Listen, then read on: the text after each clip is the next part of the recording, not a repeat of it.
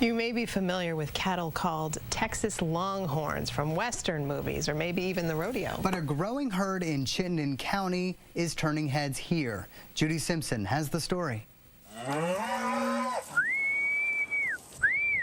No, you're not seeing things.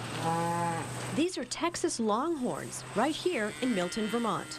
Got about 10 Texas Longhorns maybe 5 years ago out of Ohio, and brought them up to Vermont and have been growing the herd ever since. Growing the herd for their beef, which is leaner than traditional beef cattle, the herd is now up to about 150 head. Some are now ready for market. This year is our first year of selling and marketing them. We have about 15 steers that are going out. Pretty much all are spoken for just word of mouth. But Sean hopes next year he can market his Longhorn beef to local restaurants and stores where grass-fed beef is a hot commodity. Absolutely. Dominic Barone is the meat department manager at Healthy Living in South Burlington. They only sell locally produced meat. Each week we move through 2.5 sides of meat, so that's 2.5 cows worth of meat. We're moving through 1,000 pounds on average of grain-fed or grain-finished beef every week, and about 600 pounds of grass-fed meat every week. It's a trend that is being seen statewide. We've seen a large increase in demand and in people willing to meet that demand for local meat. Between 1997 and 2007, we actually saw a 46% increase in animals raised for meat, with poultry being an especially astounding number, 161% increase in poultry raised for meat. Right.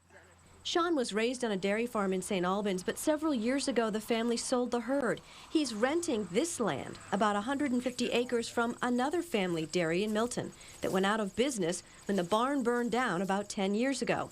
It's a perfect place for the Longhorns. And there's a lot of land that was growing up and just hadn't been used in 10 years or so. So another trait of the Longhorns is why they have a leaner diet, is they eat a lot of branches and trees and brush that other cattle don't. The Longhorns are also resistant to disease, and they calve easily. Sean says these critters are very marketable, not just for their meat, but for their hides and their horns, which can fetch up to $150 each. While these animals are grass-fed, Sean does use some grain to coax them closer for inspection and for our camera, and eventually the trip to the processor before ending up on the table. Whenever anyone can kind of take a market niche or specialize in something that it's of interest to the consumer to differentiate their product, we've seen that has been successful for producers. Sean says his goal is to eventually process 50 animals a year. Judy Simpson, Channel 3 News, Milton. And we have reported in the past about the shortage of meat processing facilities in Vermont, especially for smaller operations like Sean's.